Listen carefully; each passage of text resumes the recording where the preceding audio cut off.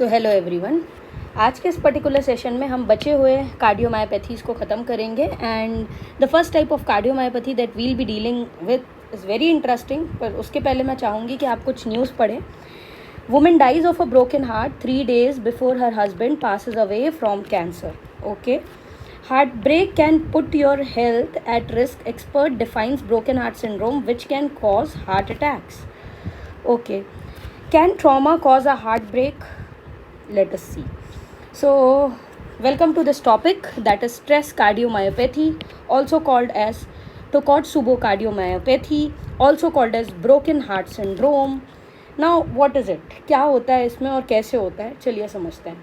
सबसे पहले तो अगर मैं स्ट्रेस कार्डियोमायोपैथी इस शब्द का यूज़ कर रही हूँ तो इसका मतलब ये समझ में आ रहा है कि ये ऐसी कार्डियोमायोपैथी है जो तब हो रही है जब पर्सन को किसी प्रकार का इमोशनल या फिजिकल स्ट्रेस मिले। ठीक है, ओके।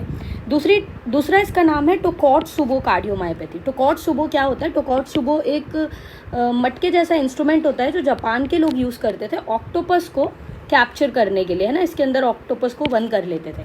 तो एक्चुअली में जो हमारा हार्ट है उसका शेप जो है ना, इस शेप का वो हो जाता है and that is why it is also known as Takotsubo cardiomyopathy. It is also known as broken heart syndrome. We'll work on this, क्यों इसको बोलते हैं ब्रोकन हार्ट सिंड्रोम। पर अभी हमें एक चीज़ समझ में आ गई कि ये खतरनाक कंडीशन है ना, जिसमें पेशेंट की डेथ भी हो सकती है। अभी हमने न्यूज़ पढ़ी कुछ, है ना।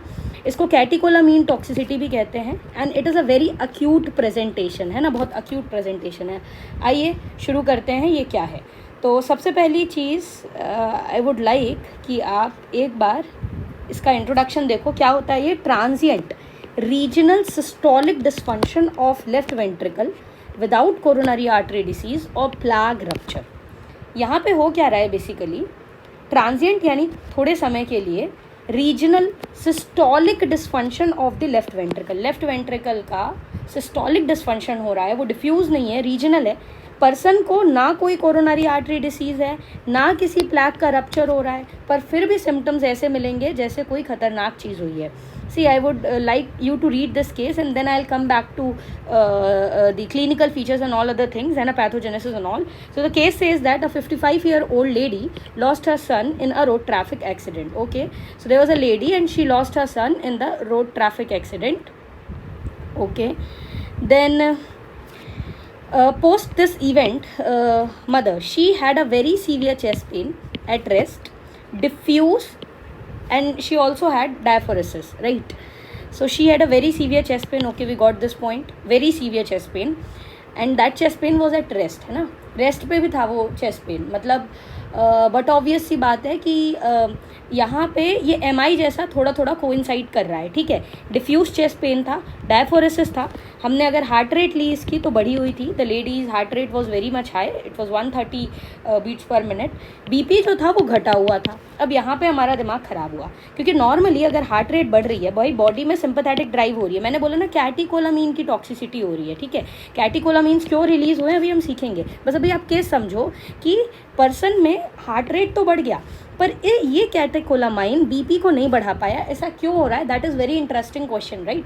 अगर कैटेकोलामाइंस बढ़ रहे हैं तो डेफिनेटली सिंपैथेटिक ड्राइव बढ़ेगी और BP भी बढ़ना चाहिए, पर इस लेडी का BP नहीं बढ़ा हुआ था। ECG हमने किया तो उसमें ST एलिवेशन मिला, ट्रोपोनिन आई का लेवल बढ़ा हुआ मिला और हमने बाकी आगे के एग्जामिनेशंस किए। ठीक है, will come to this also, so you could see this. अभी रिसेंट में एक न्यूज़ भी आई थी, see you could read this news. Gujarat, son dies of heart attack, mother dies of trauma. तो ऐसी न्यूज़ आप बहुत फ्रीक्वेंटली सुनते रहते हो, है ना। और जब भी अब आप ये न्यूज़ अब तो आप सुनोगे तो अब आप क्लियरली बोल सकते हो कि ये केस है स्ट्रेस कार्डियोमायोपैथी का, ये टोकोत्सुबो कार्डियोमायोपैथी का या ब्रोकन हार्ट सिंड्रोम का। ठीक है, अब इसमें क्या हुआ, ये क्यों हो रहा है, इसको समझने की हम कोशिश करते हैं। Let us understand the pathogenesis of this particular condition. देखिए, जब किसी भी प्रकार का इमोशनल या फिजिकल स्ट्रेस होता है हमारी बॉडी में, है ना, तो जो हमारा सिंपैथेटिक नर्वस सिस्टम होता है वो स्टिमुलेट हो जाता है, right. So there is a excessive release of norepinephrine, epinephrine, और ये जा करके अल्फा और बीटा रिसेप्टर्स में काम करने लगते हैं। सिंपैथेटिक ड्राइव बढ़ी, ये जा करके अल्फा और बीटा रिसेप्टर्स में काम करेंगे। अल्फा रिसेप्टर्स हमारी पूरी बॉडी में प्रेजेंट होंगे, जैसे कि ब्लड वेसल्स में, और ये ब्लड वेसल्स में क्या कॉज करेंगे? Basically they would be causing the increased afterload, है ना। तो हमारी बॉडी में ये आफ्टरलोड को इंक्रीज करेंगे। इतना ही नहीं, अल्फा रिसेप्टर्स के कारण ये कॉन्ट्रैक्शन ऑफ आर्टरीज कराएंगे और डिस्टर्बेंस ऑफ कोरोनरी सर्कुलेशन कराएंगे। ठीक है, ये अल्फा रिसेप्टर की कहानी हो गई, क्योंकि एपिनेफ्रिन और नॉन एपिनेफ्रिन जो कि सिंपैथेटिक ड्राइव के कारण रिलीज हुए हैं, ये अल्फा रिसेप्टर पे काम करेंगे और ये बीटा रिसेप्टर पे भी काम करते हैं, आपको पता है। क्योंकि ये बीटा रिसेप्टर पे काम कर रहे हैं, there is hyper contraction and obstruction of left ventricular outflow. Okay, मतलब हमें एक चीज़ समझ में आ गई कि लेफ्ट वेंट्रिकल का एक्सेसिव कॉन्ट्रैक्शन हो गया, जिसके कारण हो क्या रहा है बेसिकली आपका ऑक्सीजन डिमांड जो है हमारे एलवी का बढ़ जाता है, और इसी कंडीशन को हम कैटेकोलामीन टॉक्सिसिटी कहने लगते हैं। देखिए और समझते हैं इसको ढंग से। What is this condition? See, whenever there is any kind of stress there is increased level of circulatory catecholamines. अभी जैसे आपने रोड ट्रैफिक एक्सीडेंट वाला एक केस पढ़ा है ना, जिसमें बच्चे की मृत्यु हो गई, पर the mother she is actually now suffering from this stress induced cardiomyopathy, right. और जो हमने पहले न्यूज़ पढ़ी, ठीक है, तो कोई स्ट्रेस चाहिए हमें, it could be physical stress, emotional stress, right. इसके कारण हुआ क्या? अच्छा, females are more prone for this as compare to males, ठीक है। फीमेल्स में ये चीज़ ज़्यादा देखने को मिलती है, क्योंकि फीमेल्स में होता क्या है, स्पेशली पोस्ट मीनोपॉजल फीमेल जो होती हैं, ठीक है, क्योंकि पोस्ट मीनोपॉजल फीमेल में होता क्या है, ईस्ट्रोजन का लेवल कम हो जाता है, जिसके कारण एंडोथीलियल डिस्फंक्शन होता है, ठीक है, एंडोथीलियल डिस्फंक्शन होता है। अभी तुमको ये चीज़ समझ में आ गई, एक्सेसिव वेसोकंस्ट्रिक्शन और वेसोस्पैज्म। मुझे नहीं लगता ये समझाने की ज़रूरत है, क्योंकि अल्फा रिसेप्टर पे काम करके इन्होंने आफ्टरलोड को इंक्रीज़ किया था। इन सारी कंडीशंस के कारण होता क्या है, ट्रांजिएंट इस्चीमिया डेवलप हो जाता है। भाई आपने वेसो कंस्ट्रक्शन करा दिया, आपने हाइपर कंट्रैक्शन करा दिया, आपने एलवी का आउटफ्लो का ऑब्स्ट्रक्शन करा दिया, बेसिकली ऑक्सीजन डिमांड बढ़ रही है, ऑक्सीडेटिव स्ट्रेस हो रहा है, multiple factors are working simultaneously, and ultimately ये क्या कॉज कर रहे हैं, ये कॉज कर रहे हैं ट्रांजिएंट इस्चीमिया, जो यहाँ पे हो रहा है, ठीक है। So we are done with the pathogenesis, we are done with the clinical features एक बार रीड कर देती हूँ मैं आपके लिए। Chest pain, shortness of breath, syncopal attacks, diaphoresis. अब मैंने बोला ना कि इसको डिफ्रेंशिएट करना ज़रूरी है एमआई से। अब कौन सा एमआई? एसटी सेगमेंट एलिवेटेड वाला एमआई। क्यों ऐसा, देखते हैं। हमने क्वेश्चन में पढ़ा था कि the lady has this condition, okay, और एक चीज़ हमने आपको बताया था कि एसटी एलिवेशन भी हमें मिल रहा है।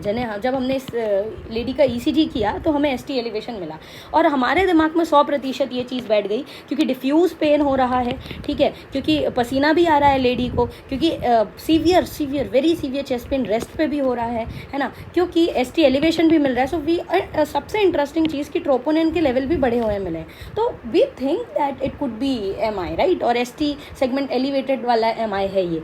पर जब हमने इस पेशेंट की कोरोनरी एंजियोग्राफी कराई, क्योंकि कोरोनरी सर्कुलेशन की अगर मैं बात करूँ यहाँ पे, तो वो इतना ज़्यादा डिस्टर्ब नहीं हुआ है, तो coronary angiography was completely normal, और यहीं पे आपने रूल आउट कर दिया किसको, आपके एमआई को। समझ में आया? मतलब सारी चीज़ें मिल रही थी, है ना, शुरू की 8-9 चीज़ें मिली, पर लास्ट में जब आपने कोरोनरी एंजियोग्राफी कराया तो आपको ये समझ में आया कि it is actually not a case of STEMI, rather it is a case of Takotsubo cardiomyopathy, है ना। आपको एक हिस्ट्री मिलेगी स्ट्रेस की, है ना, पेशेंट आपको बताएगा।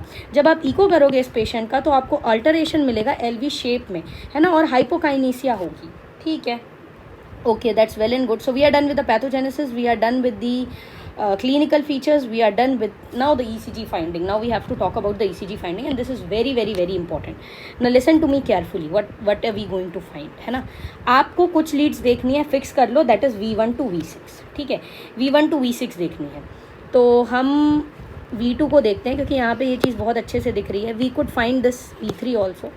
तुमको यहाँ पे क्लियरली एक चीज़ तो दिख रही है कि एसटी सेगमेंट एलिवेटेड है। देखो, trace my pen, ST segment elevated है ना, और एक कैरेक्टरिस्टिक एलिवेशन आपको यहाँ पे दिख रही है ना। इस कैरेक्टरिस्टिक एलिवेशन को हम लोग टोम स्टोन पैटर्न बोलते हैं, इसको हम लोग पैडी साइन भी बोलते हैं। बेसिकली होता क्या है, ये जो कैरेक्टरिस्टिक साइन है, I will draw it for you, है ना, विथ माई हैंड्स। हो क्या रहा है बेसिकली, देखो, नॉर्मली आपका ईसीजी कैसा दिखता है, ऐसा दिखता है, ठीक है, ऐसा दिखता है, ठीक है। नॉर्मली आपका ईसीजी आपको पता है ऐसा दिखता है। We have done a class on ECG, right. Normal ECG would look like this, but इस पेशेंट में हो क्या रहा है, यहाँ पे आपको कुछ इस तरीके का ईसीजी मिल रहा है, राइट। यहाँ पे आपको कुछ इस तरीके का ईसीजी मिल रहा है ना। तो ऑब्वियसली एसटी एलिवेशन है ना। और ये आपको टोम स्टोन के जैसा दिख रहा है, इसको पार्डी साइन भी बोलते हैं, है ना। और क्योंकि V1 से V6 वाली लीड में ये मिल रहा है, हर जगह नहीं मिल रहा है। You can see, we are able to see this finding in थोड़ा कुछ हद तक V1 में भी है, V2 में बहुत अच्छे से आप अप्रिशिएट कर सकते हो, V3 में भी दिख रहा है आपको, right. You could see that in V4 also, you can V5 में भी है, और ये इतना बढ़ चुका है कि आर वेव से भी ऊपर जा रहा है आपकी, है ना। और V6 में भी अप्रिशिएट आप कर पा रहे हो, ठीक है। बाकी जगह ऐसा कुछ आपको कैरेक्टरिस्टिक फाइंडिंग नहीं मिल रही, बाकी लीड्स आपकी नॉर्मल चल रही है ना। कहने का मतलब क्या है, what I want you to know, right. Mainly आपको ये लीड्स देखनी है। कौन सी लीड्स देखनी है? You have to work upon V1 to V6। Mainly आपको V1 से V6 वाली लीड पे काम करना है, और आपका कंक्लूजन क्या होगा कि ये एंटीरियर वॉल MI वाला सजेशन आपको मिलेगा, है ना। हमें पता है जो आपकी प्रीकॉर्डियल चेस्ट लीड्स होती हैं, हमने कैरेक्टरिस्टिकली पढ़ा है कि हॉरिजॉन्टल प्लेन में एंटीरियर वॉल के MI को ये लोकेट कर सकती हैं। बेसिकली ये हो क्यों रहा है? Due to thrombosis in the left coronary artery. तो एंटीरियर वॉल MI क्यों होता है? Thrombosis in left coronary artery. हमारी इस कंडीशन में क्या हो रहा है? ट्रांजिएंट इश्चीमिया के अटैक्स डेवलप हो रहे हैं, क्योंकि बहुत ज़्यादा वेसोकंस्ट्रिक्शन हो रहा है, क्योंकि कैटिकोलामाइंस रिलीज हो रहे हैं, जिसके कारण जो मेरा हार्ट है वो किस शेप का हो गया? मैंने आपको बताया टोकोत्सुबो शेप का हो गया, इस शेप का हो गया, है ना, इस मटके के शेप का हो गया है हमारा हार्ट, ठीक है। सो you could appreciate this, right. So this ECG finding is very important. Now what you will do, you think that अच्छा, इसमें पेशेंट को दिक्कत पता है सारी चीज़ें क्यों हो रही हैं? कार्डियोजेनिक शॉक के कारण। ये कार्डियोजेनिक शॉक का एक केस है ना। You might get the same history in case of cardiogenic shock. So you feel like okay this is cardiogenic shock, okay this is cardiogenic shock. And normally in cardiogenic shock what do we give to the patient? We give to the patient dopamine, dobutamine. हम इस patient को ये चीज़ें देते हैं, dopamine या डोब्यूटामीन देते हैं। कार्डियोजेनिक शॉक है, लेकिन यहाँ पे हम फिर भी पेशेंट को डोपामीन या डोब्यूटामीन नहीं देंगे। इस पर्टिकुलर कंडीशन में हम पेशेंट को क्या देने वाले हैं? ये बेसिकली बीटा एगोनिस्ट है ना। ये बीटा एगोनिस्ट हैं, आपको पता है ना। और सिंपैथेटिक ड्राइव ऑलरेडी बढ़ी हुई है, तुम और बीटा एगोनिस्ट दे दो, कंडीशन पेशेंट की और ख़राब हो जाएगी। तो हमें क्या देना है पेशेंट को? बीटा ब्लॉकर्स देने हैं और एस इनिबिटर्स देने हैं, ठीक है। That is the treatment that you will be giving to this patient. Don't give beta agonist to this patient. You could see this case, okay. तो अब आप इसको आइडेंटिफाई कर लोगे, छोटा सा केस है, इस पर कभी कभी आ जाता है, ठीक है ना। Coming to the next type of cardiomyopathy, that is restrictive cardiomyopathy. जल्दी जल्दी से इसको भी देखते हैं क्या होता है रेस्ट्रिक्टिव कार्डियोमायोपैथी में। तो देखिए ये एक रेयर कंडीशन है, ये इतनी कॉमन नहीं है, and that is why we took it in the later parts, right. Non genetic है। हमने 3 टाइप की कार्डियोमायोपैथी मेन वाली पढ़ी है, डायलेटेड, हाइपरट्रॉफिक और रेस्ट्रिक्टिव, और इन तीनों में डिफरेंस आपको आना चाहिए, बहुत इंपॉर्टेंट है, ठीक है। तो रेस्ट्रिक्टिव जो होता है वो रेयर कंडीशन है, ठीक है, हमें समझ में आ गया। ये नॉन जेनेटिक है, ठीक है। हाइपरट्रॉफिक जेनेटिक थी, अगर आपको याद हो, डायलेटेड भी जेनेटिक हो सकती है, ठीक है। यहाँ पे जो वेंट्रिकल है, इंटरेस्टिंग चीज़ देखना, नॉन हाइपरट्रॉफिक, नॉन डायलेटेड, मतलब ना हाइपरट्रॉफी हो रही है ना डायलिटेशन हो रहा है। हाइपरट्रॉफी वाले का अलग केस है, अलग सेक्शन है, वो हमने पढ़ लिया। डायलिटेशन वाला अभी हम पढ़ेंगे, ठीक है ना। हाइपरट्रॉफी हो रही है ना डायलिटेशन हो रहा है, वेंट्रिकल बिल्कुल नॉर्मल है, बस ये स्टिफ हो चुका है और ये नॉन कंप्लायंट हो चुका है। क्वेश्चन में कहीं पे भी आपको ये 2 शब्द मिले ना, स्टिफ, नॉन कंप्लायंट, वेंट्रिकल, आंख बंद करके आपको रेस्ट्रिक्टिव कार्डियोमायोपैथी में टिक कर देना है, right. So my ventricles become stiff and non compliant. Can you see this photographs? इस फोटोग्राफ में आपको कौन सी चीज़ अलग सी दिख रही है? नॉर्मल ही जो मेरा हार्ट होता है ना, उसमें वेंट्रिकल्स का मास ज़्यादा होता है, पर अगर आप इस फोटो को ध्यान से अप्रिशिएट करो तो आपको दिख रहा होगा एट्रिया का साइज़ कितना ज़्यादा बढ़ा हुआ है, ठीक है। तो इस कंडीशन में पता है यही हो रहा है, एट्रिया बहुत ज़्यादा एनलार्ज हो जाते हैं, राइट। एट्रियाज आर एनलार्ज, ठीक है। पर अगर मैं CT रेशियो की बात करूँ तो CT रेशियो नॉर्मल होगा। क्यों? क्योंकि ना डायलिटेशन हो रहा है ना हाइपरट्रॉफी हो रहा है। किसका? वेंट्रिकल्स का। वेंट्रिकल्स बिल्कुल हमारे डायलिटेशन हाइपरट्रॉफी को नहीं शो कर रहे हैं, बस वो स्टिफ हो चुके हैं और नॉन कंप्लायंट हो चुके हैं। ऐसा क्यों हो रहा है ये देखते हैं। देखिए इसके 3 कारण हो सकते हैं।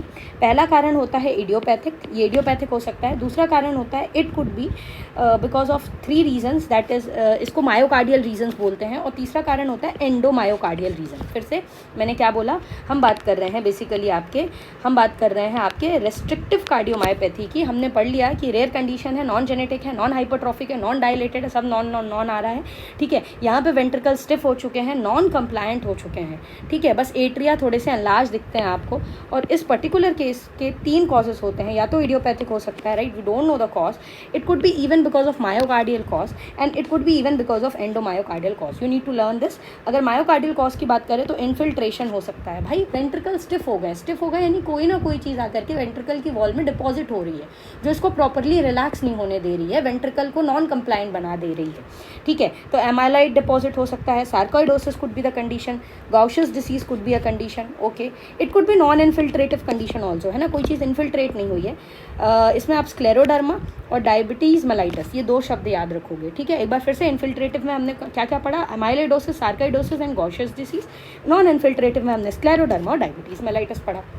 इसके अलावा स्टोरेज डिसीजेस भी होते हैं कई सारे, है ना, जिसमें आपको ये देखने को मिल सकता है, जैसे हीमोक्रोमेटोसिस, है ना, जिसमें आयरन का डिपोजिशन हो जाता है, ठीक है। फेब्रीज डिसीज़, जिसमें आपका ग्लाइकोस्फिंगोलिपिड का डिपोजिशन हो जाता है, और ग्लाइकोजन स्टोरेज डिसीजेस भी होते हैं, जैसे पॉम्पीज डिसीज़। तो इन सारी कंडीशंस में, ठीक है, आपको क्या देखने को मिलता है, we are able to see restrictive cardiomyopathy, though it is a rare condition. अभी हम डिस्कस करेंगे इसको अच्छे से, है ना, क्या क्या इसके क्लिनिकल फीचर्स वगैरह भी होते हैं। देखिए यहाँ पे एक फोटोग्राफ दिखाई हुई है आपको राइट साइड में, अगर आपको ध्यान से देखें तो यहाँ पे आपको पिंक कलर के बहुत सारे डाइड मायोकार्डियल सेल्स दिख रहे हैं बेसिकली। तो ये एमिलॉइड डिपॉजिट को जो है रिप्रेजेंट कर रहा है, राइट। देखो इसके सारे कॉजेज भूल जाओ, रेस्ट्रिक्टिव का आप एक कॉज नहीं भूल सकते, you can not afford to forget one cause and that is amyloidosis. This is very very very important cause, right, you need to remember it. Endomyocardial cause की बात करें तो रेडिएशन हो सकता है, एंड ट्रॉपिकल एंडोमायोकार्डियल फाइब्रोसिस, कई बार fibrosis भी हो सकती है। मैंने वही बोला ना कि वेंट्रिकल की वॉल्स में कुछ ना कुछ ऐसा हो रहा है जिसके कारण वो नॉन कंप्लायंट और स्टिफ हो चुके हैं। चलिए पैथोजेनेसिस की बात करते हैं, बहुत सिंपल है।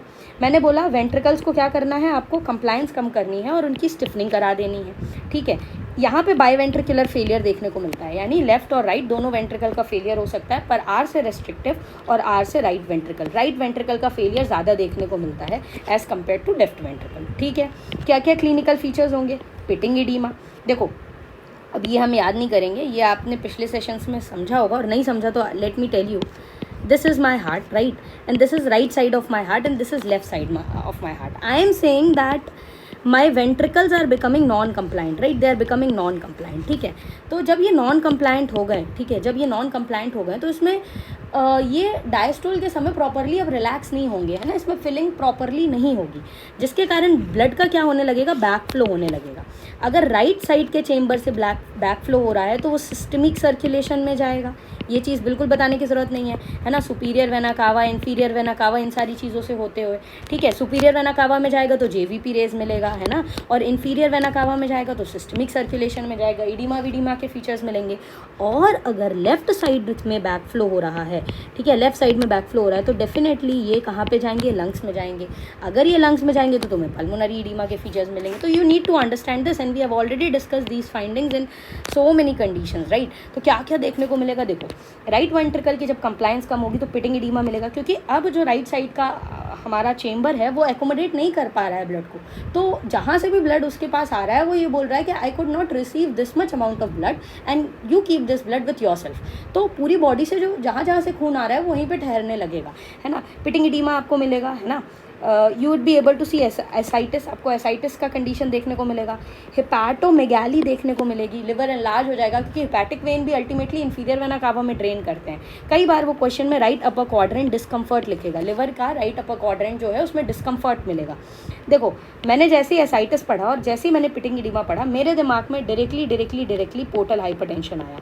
अब यहाँ पे डीडी हमारी आनी चाहिए, अगर केस आएगा तो डेफिनेटली वो यही लिख करके देगा, पिटिंग एडीमा है, एसाइटिस है, हिपैटोमेगाली है, कॉस्मॉल साइन है। ना how you going to differentiate it. देखिए पोर्टल हाइपरटेंशन में होता क्या है, बेसिकली लिवर की फाइब्रोसिस हो जाती है। तो क्योंकि लिवर की फाइब्रोसिस होती है तो वहाँ पे हिपैटोमेगाली फाइंडिंग नहीं मिलेगी। यू हैव टू अंडरस्टैंड कि किस चीज़ को कैसे और कहाँ पे रूल आउट करना है, ठीक है। तो यहाँ पे दो आपको ऐसा लगा शुरू में कि पिटिंग एडीमा है, एसाइटिस है ना, तो आपका दिमाग पोर्टल हाइपरटेंशन की ओर गया। हर एसाइटिस पोर्टल हाइपरटेंशन नहीं होता, पर आपको ये चीज़ समझना है यहाँ पे ये हिपैटोमेगाली देखने को मिल रही क्योंकि, तो इसलिए हमारा दिमाग कार्डियक कॉज में ज़्यादा जाएगा as compare to the other causes, ठीक है। तो हिपैटोमेगाली मिलेगी, कॉस्मोल साइन देखने को मिलेगा, that is JVP rise with inspiration. अब एक और इंटरेस्टिंग चीज़ देखते हैं। देखिए होता क्या है नॉर्मली, फॉर एग्जांपल मान लीजिए ये हमारी वेन है, ठीक है, जिसमें आप जेवीपी को रिकॉर्ड करने वाले हैं, internal jugular vein, let us assume that, ठीक है। अब हुआ क्या, इंस्पिरेशन के दौरान मान लीजिए ये थोरैक्स है, ठीक है, ये थोरैक्स है, ध्यान से सुनिएगा, आपको याद नहीं करना पड़ेगा। ये नॉर्मल पर्सन में होता क्या है, मुझ में और आप में, इंस्पिरेशन के समय थोरैक्स के अंदर नेगेटिव प्रेशर होता है, राइट। थोरैकिक कैविटी के अंदर नेगेटिव प्रेशर होता है so that the air could be drawn inside. Normally ये होगा कि इंस्पिरेशन के समय जेवीपी फॉल मिलता है अपन को। जेवीपी फॉल क्यों मिलता है? क्योंकि ब्लड का कॉलम नीचे की ओर थोरैक्स में पुल इन हो जाता है। पर इस पर्सन में क्योंकि हमारा जो राइट वेंट्रिकल है वो नॉन कंप्लायंट है, वो नहीं बोल रहा है, right ventricle is saying that I can not accommodate this volume of blood, right. तो वो ब्लड को रिसीव ही नहीं कर रहा है, तो जेवीपी जो है वो बढ़ा हुआ ही मिलता है आपको even during inspiration, and that is what is known as Kussmaul sign. उसी चीज़ को हम लोग कॉस्मॉल साइन बोलते हैं, ठीक है। So that is what is meant Kussmaul sign, that is JVP rise with inspiration. Normally ये नहीं मिलता है, दिस इज वेरी इंपॉर्टेंट, ठीक है। इसके अलावा अब मान लो मैंने बोला लेफ्ट वेंट्रिकल का कंप्लायंस कम हो गया, तो अब सारी लंग्स वाली कंडीशन मिलेगी, पल्मोनरी इडीमा मिलेगा, फिर डिस्नी ऑन एक्सर्शन होगा, है ना। कई बार ऐसा भी देखा गया है, क्योंकि मैंने बोला ना फाइब्रोसिस के कारण भी हो सकता है। अगर आपको याद हो तो हमने कॉज पढ़ा था कि ट्रॉपिकल एंडोकार्डियल फाइब्रोसिस, ठीक है। अगर फाइब्रोसिस के कारण हो रहा है तो फाइब्रोसिस जो होता है वो एक ट्रिगर की तरह काम करता है क्लॉट फॉर्मेशन के लिए। तो लेफ्ट एट्रिया जो है ना उसमें क्लॉट बन जाते हैं, और ये क्लॉट जो है ना लेफ्ट एट्रिया और वेंट्रिकल में बने हुए क्लॉट फिर सिस्टमिक सर्कुलेशन में जाते हैं और जा करके सेरिब्रल वेसल्स में स्टक इन हो जाते हैं, जिसके कारण आपको सेरिब्रल एम्बोलिक स्ट्रोक देखने को मिलता है, ठीक है। इसके अलावा कार्डिक आउटपुट भी कम हो जाएगा, ठीक है। तो आपको एफर्ट इंटॉलरेंस भी देखने को मिलेगा। तो सिंपल चीज़ क्या है, बेसिकली मेन फीचर्स जो आपको याद रखने हैं वो पल्मोनरी एडीमा, डिस्निया, ये फीचर्स आप याद रखें, this is important. And also remember this feature, this is embolic stroke, ठीक है। ये चीज़ समझ में आ गई। तो एक सेकंड में पैथोजेनिस समझते हैं। क्या बोला मैंने यहाँ पे, हुआ क्या, stiff non compliant left ventricle हुए। Stiff non compliant left ventricle के कारण इनका फिलिंग प्रेशर बढ़ गया। मतलब मैंने बोला हम राइट के रिस्पेक्ट में ज़्यादा पढ़ रहे हैं इसको, है ना। तो right ventricular end diastolic pressure बढ़ गया, यानी राइट वेंट्रिकल में डायस्टोल के एंड में जो प्रेशर था वो बढ़ जाएगा। It is solely and Holi a diastolic dysfunction. Diastolic dysfunction है क्योंकि वेंट्रिकल अब नॉन कंप्लाइंट हो चुके हैं, स्टिफ हो चुके हैं, तो प्रॉपरली रिलैक्स नहीं कर पाएंगे, ठीक है। तो right ventricular end diastolic pressure अगर बढ़ेगा, तो मैंने आपको कई बार ये चीज़ बताई है कि प्रेशर जो है पीछे रिफ्लेक्ट होता है, right. So right atrial pressure बढ़ेगा, right, there would be increase in right atrial pressure. Right atrial pressure जब बढ़ेगा तो दो चीज़ें होंगी। पहली बात, जो आपको जेवीपी, एसाइटिस, इडीमा, हेपाटोमेगैली वाले सिम्टम्स मिलेंगे, सिस्टमिक कंजेशन वाले। इसके अलावा एट्रिया की साइज़ बढ़ रही है, सोचो ना, तो एट्रिया स्ट्रेच और डायलेट हो जाएगा। अगर एट्रिया स्ट्रेच और डायलेट हो जाएगा तो इस पेशेंट में आपको एट्रियल फिब्रिलेशंस भी मिलने लगेंगे। मतलब एक डिसीज़ कई सारी डिसीजेस को इन्विटेशन दे रही है। I getting what I am saying? If you got this that's well and good, else do not forget this. ये जो हमने पढ़ा है ये इंपॉर्टेंट है ना। राइट वेंट्रिकल की कंप्लायंस कम होने के कारण क्या फीचर्स मिले और लेफ्ट वेंट्रिकल की कंप्लायंस कम होने के कारण क्या फीचर्स मिले। कुछ नहीं करना, बस आपको पीछे चलना है ना। राइट वेंट्रिकल से अगर पीछे जाओगे तो सिस्टमिक कंजेशन के फीचर्स मिलेंगे, और लेफ्ट वेंट्रिकल से अगर आप पीछे जाओगे तो आपको पल्मोनरी कंजेशन के फीचर्स मिलेंगे। मूविंग फॉरवर्ड हम इन्वेस्टिगेशंस की बात करते हैं। तो ईसीजी हमने किया, तो ईसीजी में हमें लो वोल्टेज लीड्स मिली। लो वोल्टेज लीड्स का मतलब क्या हुआ, कुछ इस तरीके का ईसीजी मिलेगा। नॉर्मल ईसीजी में क्यूआरएस कॉम्प्लेक्स इतना लो वोल्टेज का नहीं होता, पर इस कंडीशन में आपको लो वोल्टेज ईसीजी मिलेगा, है ना, क्योंकि वेंट्रिकल इतने अच्छे से जो है ना कंट्रैक्ट कर पा रहे हैं ना, रिलैक्स कर पा रहे हैं, राइट। वेंट्रिकल्स नॉन कंप्लायंट हो चुके हैं, तो वो जो मैं बोलूँ जितना स्ट्रॉन्ग वेक्टर नॉर्मली प्रोड्यूस कर पा रहे थे, अब इतना स्ट्रॉन्ग वेक्टर वो प्रोड्यूस ही नहीं कर पा रहे हैं ना, तो शॉर्ट वोल्टेज जो ईसीजी आपको देखने को मिलेगा। पर आपको अगर मैं बताऊँ, शॉर्ट वोल्टेज या लो वोल्टेज ईसीजी हमें कंस्ट्रिक्टिव पेरिकार्डाइटिस में भी मिलते हैं, है ना, क्योंकि उसमें भी बाहर कुछ ना कुछ शील्डिंग जैसा हो रहा है ना, बाहर कोई ना कोई दिक्कत हो रही है। कार्डिक टैम्पोनोड में भी मिल सकता है, ठीक है। तो हमें रूल आउट करना पड़ेगा इन कंडीशंस को। जैसे ईसीजी किया तुमको ये फाइंडिंग मिली। देखो, तुमको इस कंडीशन में सबसे पहले पोर्टल हाइपरटेंशन को रूल आउट करना है, आपको हार्ट फेलियर को भी रूल आउट करना है, क्योंकि तुम्हें ये वाले फीचर्स पढ़ के ऐसा लग रहा होगा कि हार्ट फेलियर का केस है, इडीमा मिल रहा है ना, you are able to see ascites, hepatomegaly, pulmonary oedema. So it seems as if it is a case of heart failure. We'll see how can we rule out that, but pulmonary hypertension को तो हमने rule out कर लिया।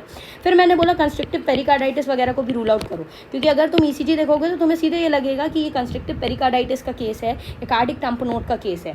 तो आप इसको कैसे rule out कर सकते हो, you could rule out it in chest X-ray. Chest x ray में अगर आप कंस्ट्रिक्टिव पेरिकार्डाइटिस वाला केस करोगे तो आपको कैल्सिफिकेशन मिलेगा, ठीक है, और कैल्सिफिकेशन से आप इसको रूल आउट कर सकते हो, जबकि हमारे को यहाँ पे कैल्सिफिकेशन नहीं मिल रहा है, ठीक है। ठीक है. What is the next investigation that you will be doing, that is transthoracic echocardiography, है ना. इसमें हमें क्या देखने को मिलेगा, इसमें हमें थिकनेस ऑफ लेफ्ट वेंट्रिकल बढ़ा हुआ देखने को मिलेगा, है ना. राइट वेंट्रिकल बिल्कुल नॉर्मल है, left ventricular end diastolic pressure बढ़ा हुआ मिलेगा, ये हमने ऊपर देख लिया है. You would be also doing something called as cardiac catheterisation. अब कार्डिक कैथेटराइजेशन होता क्या है, देखिए ये मेरा एलवी है फॉर एग्जांपल, और ये मैंने बोला स्टिफ और नॉन कंप्लायंट हो चुका है. तो अब हो क्या रहा है, ध्यान से सुनिएगा, हो क्या रहा है भाई, जब ब्लड आकर के इससे टकराएगा, नॉर्मली एक एग्जांपल दे रही हूँ, आपके पास एक मिट्टी की दीवार है, ठीक है. You are having a wall which is made up of mud and you are having a wall which is made up of stone और आयरन, राइट. लोहे से बनी हुई दीवार है और मड से बनी हुई दीवार है, और आपने दोनों में बॉल को मारा. लोहे से बनी हुई दीवार पे अगर आप बॉल को मारोगे तो बॉल टकरा करके आएगी, ठीक है. जबकि मिट्टी की दीवार पे अगर आप बॉल को मारोगे तो बॉल नीचे गिर जाएगी वहीं पे. सेम चीज़ यहाँ पे हो रही है. जो वेंट्रिकल है वो बहुत ज़्यादा स्टिफ और नॉन कंप्लाइंट हो चुके हैं, जिसके कारण जब ये ब्लड इस पर गिरता है ना तो एकदम से निकल करके बाउंस बैक होता है, और ये कैरेक्टरिस्टिक साइन बोल देते हैं अपन इसको, and that sign is known as square root sign. इसको हम लोग स्क्वायर रूट साइन बोलने लगते हैं, right. So I think you could relate that. So we are getting square root sign, right. What are we getting over here, we are getting over here square root sign, ठीक है. मैंने बता दिया reason क्या है. अगर कोई पूछ ले गोल्ड स्टैंडर्ड टेक्निक क्या है, तो एंडोमायोकार्डियल बायोप्सी करोगे, पर बायोप्सी के लिए हर व्यक्ति तैयार नहीं होगा, इसलिए कार्डियक एमआरआई इस प्रेफर्ड इमेजिंग टेक्निक जो आप कर सकते हो, ठीक है. इससे बहुत सारी चीज़ों को आप रूल आउट कर सकते हो. अब ट्रीटमेंट क्या होगी, कॉमन सेंस यूज़ करिए और खुद बताइए. मैंने बोला यहाँ पे क्लॉट बन रहे हैं तो वारफरिन दे दो, है ना. वारफरिन से सेरिब्रल जो थ्रोम्बो एम्बोलिज्म था उसके चांसेस कम हो जाएंगे. इसके अलावा आप इस पेशेंट को दोगे इम्प्लांटेबल कार्डियोवर्टर डिफिब्रिलेटर. देखिए बेसिकली दिक्कत क्या है इन पेशेंट्स में कि लेटर स्टेजेस में अरीथमियाज डेवलप हो सकते हैं, और इन अरीथमियाज के कारण पेशेंट की सडन कार्डिक डेथ हो जाएगी, है ना. इसलिए हम पेशेंट के हार्ट में क्या कर रहे हैं, हम आईसीडी को लगा दे रहे हैं. ये आईसीडी क्या होता है, ICD is implantable cardioverter defibrillator.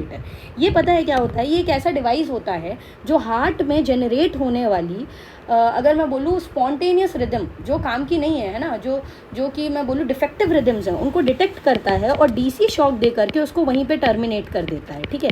ये वही बात हो गई कि जैसे soldiers are there in the border of the country, right.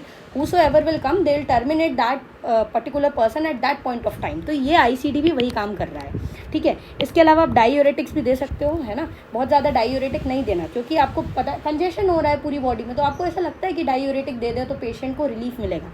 बहुत ज़्यादा डायूरेटिक दोगे ना तो पेशेंट को हाइपोटेंशन हो जाएगा, इसलिए डायूरेटिक भी बहुत ज़्यादा नहीं देना. तो आप पूछोगे कि करे तो करे क्या, right, because nothing is absolute therapy in this case. So absolute treatment is actually the cardiac transplant. आपको हार्ट ट्रांसप्लांट पेशेंट का करना पड़ेगा. So this is all about restrictive cardiomyopathy. Now coming to the last type of cardiomyopathy and that is known as dilated cardiomyopathy. So you could appreciate how beautifully this photograph has been shown to you. अब अगर आप यहाँ पे देखो, ये वाला जो heart है ना, ये वाला जो हार्ट है ये डायलेटेड कार्डियोमायोपैथी वाला हार्ट है. क्या डिफरेंस दिख रहा है आपको नॉर्मल हार्ट में और डायलेटेड कार्डियोमायोपैथी वाले हार्ट में. जो ये डायलेटेड कार्डियोमायोपैथी वाला हार्ट है, अगर आप इसको ध्यान से देखो तो ये ग्लोब्यूलर है ना. ये ग्लोब्यूलर है, एकदम गोलाकार का है. क्या हो रहा है इसमें, पढ़ने की कोशिश करते हैं. देखिए डायलेटेड कार्डियोमायोपैथी एक कंजेस्टिव कार्डियोमायोपैथी है, ठीक है. डायलिटेशन हो जाता है यहाँ पे एलवी का और आरवी का, और सिस्टोलिक डिस्फंक्शन होता है. ये कोई नई चीज़ मिली, क्योंकि अभी तक तुमने हाइपरट्रॉफिक कार्डियोमायोपैथी पढ़ा है ना. If you have watched that you should know this कि वहाँ पे भी डायस्टोलिक डिस्फंक्शन था, रिस्ट्रिक्टिव में भी डायस्टोलिक डिस्फंक्शन था. लेकिन डायलेटेड कार्डियोमायोपैथी ऐसी कार्डियोमायोपैथी है जिसमें सिस्टोलिक डिस्फंक्शन मिल रहा है. देखिए यहाँ पे thickness of LV is normal और डिक्रीज. डायलेटेड कार्डियोमायोपैथी में हो क्या रहा है, अगर मैं लेफ्ट वेंट्रिकल की थिकनेस की बात करूँ, है ना, ये लेफ्ट वेंट्रिकल की थिकनेस है. देखो नॉर्मल थिकनेस ज़्यादा है, इनफैक्ट यहाँ पे लेफ्ट वेंट्रिकल की थिकनेस कम है ना. मेरे लेफ्ट वेंट्रिकल में हाइपरट्रॉफी तो हुई है, पर वो एकदम थिन फ्लैबी टाइप के हो गए. I am reading it out to you, right. तो लेफ्ट वेंट्रिकल का हो सकता है मास भी बढ़ा हुआ हो, पर थिकनेस नहीं बढ़ती कभी भी लेफ्ट वेंट्रिकल की, है ना. थिकनेस नहीं बढ़ेगी यहाँ पे, क्योंकि ये हाइपरट्रॉफी नहीं है. मैंने फिर बोला हाइपरट्रॉफी में थिकनेस बढ़ती है. What is the difference between hypertrophy and dilatation, we have already seen this, but I am again repeating. For example this is a normal myocardium, और अगर मैं ये बोल रही हूँ कि इसकी हाइपरट्रॉफी हुई है तो हाइपरट्रॉफी मतलब ये ऐसी हो गई, और अगर मैं बोल रही हूँ इसकी डायलिटेशन हुई है तो मतलब ये ऐसी हो गई. I think that's very clear to you now, ठीक है. अब बात क्या हो रही है कि अगर डायलिटेशन हो रही है तो कई बार डायलिटेशन जो है भाई, अगर पूरा का पूरा हार्ट डायलेट हो रहा है तो ऑब्वियसली जो एन्यूलस है ना, जो देखो यहाँ पे दिख ही रहा है आपको, नॉर्मली ये एन्यूलस दिख रहा है आपको, और यहाँ वाले एन्यूलस को 1 and 2, just compare 1 and 2. Second condition में DCM वाला जो एन्यूलस है आपको कितना ज़्यादा एनलार्ज्ड एन्यूलस दिख रहा है। एन्यूलस भी तो खिंच गया होगा। अगर एन्यूलस खिंच गया होगा तो क्या कस्प अच्छे से क्लोज हो पाएंगे? क्लोज नहीं हो पाएंगे। देखो क्या हो रहा है, डायलिटेशन ऑफ वॉल्व रिंग्स है ना, वही एन्यूलस, देन रिगर्गिटेंट वॉल्स हो जाएंगी, यानी रिगर्गिटेशन हो जाएगा। वो मिट्रल रिगर्गिटेशन हो सकता है, ट्राइब कस्पिड रिगर्गिटेशन हो सकता है, क्योंकि अब वो कस्प आपस में एक दूसरे के इतने पास आ ही नहीं पाएंगी कि कोएक्टेशन जोन बन सके, है ना भाई। ये अगर मेरा एन्यूलस है for example and these are my valves, है ना, नॉर्मल कंडीशन में एक दूसरे के पास आ रही है और कोएक्टेशन जोन बना रही है। अब मैंने इसको डायलेट कर दिया तो एक दूसरे के पास आ ही नहीं पाएंगी, तो कभी क्लोज ही नहीं हो पाएंगी, तो रिगर्गिटेंट कंडीशन हो जाएगी। ऑटोसोमल डोमिनेंट कंडीशन है, ये जेनेटिक कंडीशन है, ठीक है। Truncated variant, titin gene mutation होता है यहाँ पे, that is also very important. So it is a titin gene mutation और हमें ग्लोबल हाइपोकाइनेसिया देखने को मिलता है। Global word means it is not a segmental event like M I एक सेगमेंटल इवेंट है ना, एक सेगमेंट को इन्वॉल्व करता है, ये ग्लोबल इवेंट है, पूरे के पूरे हार्ट को इन्वॉल्व कर रहा है। कॉजेस क्या क्या होते हैं? नॉर्मली वायरस के इन्फेक्शन के बाद होता है। कोविड-19 में बहुत सारे इसके केस देखे गए थे। टॉक्सिन इंड्यूस हो सकते हैं, alcohol is a very important cause, sarcoidosis हो सकता है और ड्यूचेनेस मस्कुलर डिस्ट्रॉफी भी हो सकती है। Learn these causes by heart, virus and alcohol is very important. Pathogenesis की बात करूँ तो क्या है, एनहिलस भी डायलेट हो गया, कस्प बिल्कुल नॉर्मल है। अभी मैंने बताया कस्प में कोई दिक्कत नहीं है, कस्प तो बिल्कुल सही है ना भाई। मेरा जो एन्युलस है वो डायलेट हो चुका है, cusp are absolutely normal in both of these cases, but annulus dilate हो गया तो प्रॉपर क्लोजर नहीं होगा, जिसके कारण लीकेज होगा ब्लड का LV से LA में, जिसके कारण एक पैन सिस्टोलिक मर्मर सुनाई देता है, ठीक है। और ये MR और TR में भी अपने को मिलता है। So we are able to see a pan systolic murmur. We'll be ending this discussion soon with a case. So what is a case? An alcoholic patient comes with a complaints of pedal edema, orthopnea, right upper quadrant discomfort, bilateral crepitations. इतना पढ़ने के बाद मेरे दिमाग में सीधे एक ही चीज़ आ रही है, that is heart failure, right. That is what is coming in my mind. आगे पढ़ते हैं। ऑन एग्जामिनेशन अभी तक हार्ट फेलियर की ही डायग्नोसिस थी, ठीक है, हार्ट फेलियर वाला ही केस लग रहा है। अगर आपने हार्ट फेलियर वाला लेक्चर देखा, that's well and good, you could watch it. Same to same clinical features वहाँ पे भी मिल रहे थे अपन को। पहला कीवर्ड थोड़ा सा आप अल्कोहलिक उठा सकते हो, इसके अलावा भी कोई भी ऐसी फाइंडिंग नहीं मिली। On examination there is hypokinetic diffuse impulse. Diffuse impulse का मतलब क्या हुआ? देखो, अगर नॉर्मल पर्सन है, ये उसका स्टर्नम है मान लो, और ये उसकी क्लेविकल है, ठीक है, और ये उसकी 5th इंटरकॉस्टल स्पेस है, तो मिड क्लेविकुलर लाइन में आप अगर जाओगे 2.5 सेंटीमीटर मीडियली, तो यहाँ पे आपको एपाइकल इम्पल्स मिल रही होगी। इस पर्सन में पूरी डिफ्यूज़ होगी, पूरी प्रिकॉर्डियम में आपको इम्पल्स फील हो रही होगी, है ना, और ये हाइपोकाइनेटिक होगी, हाइपर काइनेटिक नहीं है ना, हाइपर डायनामिक नहीं है। पिछले टॉपिक में हमने हाइपर डायनामिक एपेक्स पढ़ा था, ठीक है। यहाँ पे मैं बोल रही हूँ हाइपोकाइनेटिक है, क्योंकि वीक हो गया है मेरा LV। So there is diffuse impulse and that is hypokinetic in nature. अभी तक भी इतना कुछ समझ में नहीं आया कि हम कैसे रूल करेंगे हार्ट फेलियर को, पर अगली लाइन जो है, अगला जो पल्स फाइंडिंग है, दैट वुड क्लियर शॉर्ट, मतलब that is a clear short differentiation कि हाँ ये dilated cardiomyopathy and that is dicrotic pulse. What is dicrotic pulse? देखिए, हमें जो पल्स फील होती है, पहली बात वो सिस्टोल के समय फील होती है। इस पर्सन में हो क्या रहा है, पूरी कार्डियोलॉजी में आपको ये नहीं मिलती है, यहीं पे ये मिल रही है। What do we get? Normal person का ब्लैक कलर से दिखा रखा है, आप यहाँ पे क्लियरली देख सकते हो कि भैया सिस्टोल में आपको पल्स फील हुई, डाइक्रोटिक नॉच मिला and there is nothing else, right. I hope you know this, that this is a phase of systole and this is a phase of diastole, ठीक है। ये सिस्टोल का phase है और ये diastole का फेज़ है। तो नॉर्मल पर्सन में ये चीज़ होता है, पर इस पर्सन में पता है क्या हो रहा है? इस पर्सन में हो क्या रहा है कि यू आर गेटिंग एक पल्स तो आपको सिस्टोल में मिल रही है। मज़ेदार बात क्या है, डायस्टोल में हमें कभी पल्स नहीं मिलती, इस पर्सन में डायस्टोल में भी पल्स मिल रही है, मतलब 2 पल्स मिल रही हैं, 1 during systole and 1 during diastole, और इसको बोलते हैं डाइक्रोटिक पल्स। कहीं पे भी डाइक्रोटिक पल्स दिखा, आंख बंद करके आपको डायलेटेड कार्डियोमायोपैथी को टिक कर देना है। इन्वेस्टिगेशंस क्या क्या करोगे जल्दी से देख लेते हैं। We will be doing transthoracic echocardiography, cardiac MRI, chest x ray में CT रेशियो बढ़ा हुआ मिलेगा, ठीक है। पल्मोनरी इडीमा की भी फाइंडिंग्स मिलेगी। ट्रीटमेंट की बात करूँ तो ट्रीटमेंट में हम क्या देते हैं पेशेंट को? Cardiac resynchronisation therapy. अब ये क्यों दे रहे हैं? देखिए हो क्या रहा है, हमारे पास हमारा RV है, LV है। नॉर्मल कंडीशन में दोनों ऑलमोस्ट एक टाइम पे कॉन्ट्रैक्ट करते हैं, पर यहाँ पे अब दोनों अपनी अपनी मनमानी चला रहे हैं। RV सेइंग मैं अपने रेट पे कॉन्ट्रैक्ट करूँगा, है ना, and LV saying I will do what I want.